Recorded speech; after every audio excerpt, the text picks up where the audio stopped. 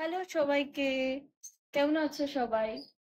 অনেক সময় হয় না দুপুরবেলা কিছু রান্না করতে ইচ্ছে করে না, অনেক লেথার্জি টাইপের ফিল হয়। আর স্পেশালি যখন গরমের দিন থাকে তখন তো বলেই লাভ নেই, রান্নাঘরের নাম শুনলেই অনেকের মানে সবাইরই ডেইলি একঘেয়েমি রান্না, একঘেয়েমি ভাবে রান্নাঘরে গিয়ে রান্না করা ভালো লাগে না। কোনো সময় ইচ্ছে করে কিছু সিম্পল ইয়েট গরমে খাওয়ার জন্য একটু সোল সুদিং কিছু বানাই। তো আমি আজকে আমারই তেমন একটা কিছু ভালো লাগা একটা রেসিপি, রেসিপি বলবো না, ভালো লাগা একটা সোল সুদিং খাবার সবার সাথে শেয়ার করব। এই খাবারটা সবারই খুব খুব পছন্দের আমি জানি। আহ হয়তো এক দুইজন লাইক আমার হাজবেন্ড পছন্দ না করে থাকতে পারে।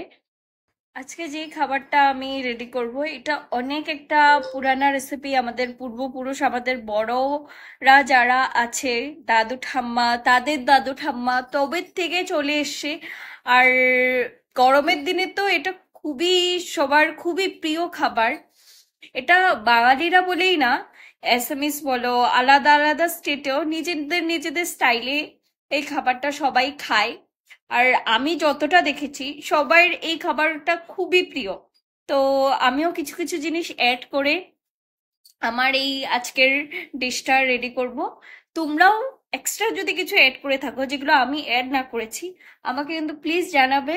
আর নিজেদেরও এইরকম কি কি স্টাইলে তোমরা এই খাবারটা খাচ্ছ, যেটা আমি নাম বলবো না এখন, তোমরা কিভাবে খাচ্ছ, এক্সট্রা কিছু টিপস থাকলে আমার সাথে প্লিজ শেয়ার করবে। চলো রেডি করি। আজকে অনেক দিনের পর ডালের বড়া খাবো, তাই আগের দিন ডালটা ভালো করে ভিজিয়ে রেখেছিলাম। আর তারপর সকালবেলা ওটাকে একটু চিরা কাঁচা লঙ্কা দিয়ে ভালো করে পেস্ট করে ওখানে নুন হলুদ মিক্স করে এক সাইডে রেখে আমি একটু পেঁয়াজ কেটে নিচ্ছিলাম। পেঁয়াজ কাটার সময় না সব সময় চোখে জল এসে পড়ে। এটার যদি কোনো উপায় থাকে আমাকে প্লিজ তোমরা জানিও। আমার তো কি বলবো, ভীষণ বাজে অবস্থা হয়ে যায়। যাই হোক, যারা যারা কিন্তু আমার পেজটাকে লাইক ফলো করেছো তারা লাইক ফলো করে সাথে কানেক্টেড থেকো। আর যারা না করেছো লাইক করতে ফলো করতে ভুলে যেও না। আর আমার ইউটিউবের পেজটাতেও তোমরা সাপোর্ট করো, সাবস্ক্রাইব করো, লাইক করো। যাই হোক, আমি এই পেঁয়াজগুলো কাটার পরে ভালো করে ডালের পেস্টটার মধ্যে হাত দিয়ে এভাবে মেখে নিচ্ছিলাম।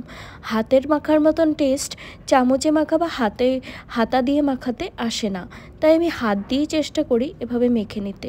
তারপর একটা ফ্রাইং প্যানে এভাবে তেলগুলোকে গরম করে নিচ্ছিলাম। তারপর একে একে এই যে ডালের পেস্টটা ওটা হালকা করে আঁচ কমিয়ে দিয়ে দিচ্ছিলাম। আঁচ কমিয়ে না দিলে নিচে পোড়া লেগে যাবে, তাই একদম ধিমি আঁচে দিতে হবে, নাহলে তেলও ছিটকে আসার সম্ভাবনা থাকে। তাই একটু সাবধানে করতে হবে। আমার আগে এই জিনিসগুলো কম জানা ছিল, তাই আমি অনেকবার এভাবে হাতে নাতে ছেঁকা খেয়েছি। তাই তোমাদেরকেও বললাম, তোমরা হয়তো জানো, স্টিল আমি বললাম। তারপর যখন এভাবে তেলের মধ্যে বড়াগুলো নাচানাচি করবে তখন মানে উল্টিয়ে দিতে হবে। আমি এভাবেই চেক করি, কেন কি আমি যতবারই এভাবে খুন্তি দিয়ে নাড়িয়ে দেখতে চাই ততবারই আমার ডালের বড়া বা যে কোনো বড়া ভেঙে যায়। তাই আমি এভাবেই দেখি, আর এটাই আমি মনে করি আমার জন্য বেস্ট উপায়। তোমাদেরকেও শেয়ার করলাম। তোমাদের যদি এমন প্রবলেম তোমরাও ফেস করো, এই জিনিসটা করে দেখতে পারো, দেখবে কোনো দিন কোনো কিছু এভাবে ভেঙে চুরে আসবে না।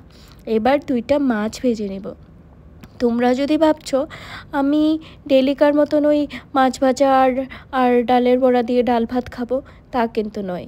একটু পেঁয়াজ কুচি, একটু মাছ ভাজা আর ডালের বড়া নিয়ে আমি আজকে খাচ্ছি পান্তা ভাত। পান্তা ভাতের মতন গরমের দিনে সোল সুদিং খাবার কিন্তু কিছু হয় না। আমার তো ভীষণ ভালো লাগে। আর কার কার তোমাদের ভালো লাগে আমাকে কিন্তু বলো। দেখা হচ্ছে একটা পরের ভিডিওতে, ততক্ষণ অবধি টাটা।